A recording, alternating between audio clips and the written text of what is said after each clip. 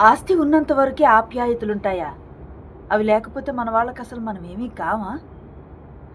ఒక 10,00,00,000 బడ్జెట్‌తో మొదలయ్యి దాదాపు ఇప్పుడు 75,00,00,000 రాబట్టి సక్సెస్‌ఫుల్‌గా ఓటీటీలో ప్రేక్షకులకు చేరువవుతున్న ఒక సినిమా అందరి మనసులో నాటినటువంటి ఒక ప్రశ్న మాట ఇది. అసలేంటా సినిమా? ఏముందందులో? సరదాగా తెలుసుకునే ప్రయత్నం చేద్దాం.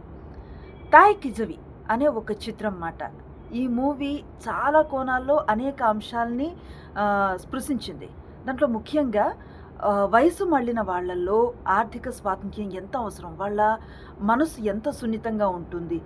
ఊరుకు ముందే తమ పిల్లలకి ఆస్తిపాస్తులు రాసిచ్చేస్తే, ఆ తర్వాత తాము ఎంత మానసిక వేదనకి గురవుతారు అన్న ఒక విషయాన్ని ప్రస్తావిస్తూ, అలాగే థాయ్ అనే పాత్ర ద్వారా ఒక అద్భుతమైన సందేశాన్ని ఇస్తాడన్నమాట డైరెక్టర్. అదేంటంటే, సంతోషంగా బ్రతకటానికి డబ్బు అవసరం లేకపోవచ్చు, కానీ గౌరవంగా బ్రతకటానికి మాత్రం ఆర్థిక స్వాతంత్ర్యం ఉండాలి అని. అంతేకాదు చాలామంది మహిళలకి ఒక బలమైన మెసేజ్‌ని కూడా కన్వే చేశారు. అదేంటంటే, మీరు పూర్తిగా ఎవరి మీదో ఆధారపడి ఉండకూడదు. మీదంటూ ఒక ఆర్థిక స్వేచ్ఛను పొందాలంటే మీకుగా ఏదో ఒక విషయంలో పని చేసుకోగలగాలి. మిమ్మల్ని మీరు నిలబెట్టుకోగలగాలి. అంటే మీ బలం మీరే అవ్వాలి అన్న విషయాన్ని కూడా ఈ చిత్రం ద్వారా చెప్పే ప్రయత్నం చేశారన్నమాట.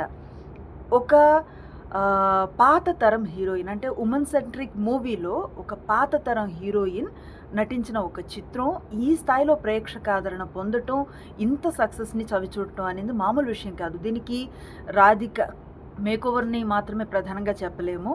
ఆవిడ ప్రతి సన్నివేశంలో చూపించిన ఒక భావోద్వేగ ప్రకటన ప్రేక్షకుడిని కంప్లీట్‌గా ఈ మూవీలోకి లాగేస్తుంది మాట.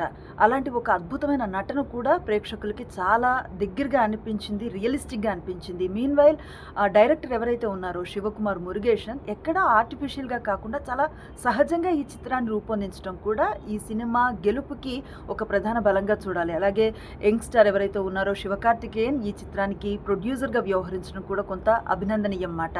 ఏదేమైనా 'తాయ్ కిజవి' చిత్రం మనకి ఒక ఎంటర్‌టైన్‌మెంట్ మూవీలా కాదన్నమాట.